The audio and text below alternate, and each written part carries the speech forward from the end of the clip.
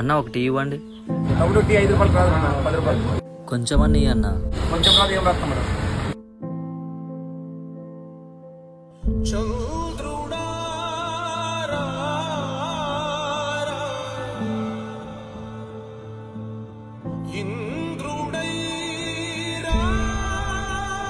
జనగణ మంగళ నాయకుడా, ఘనమగు చరితల నాయకుడా, పలుతరములు మము పరిపాలించర స్వామికుడా, నవయుగ మేధో సైనికుడా, సమయము తెలి పెద్ద కొడుకు నీవై తోడున్నావు చాలు, జరుగుతుంది మాకు మేలు మేలు.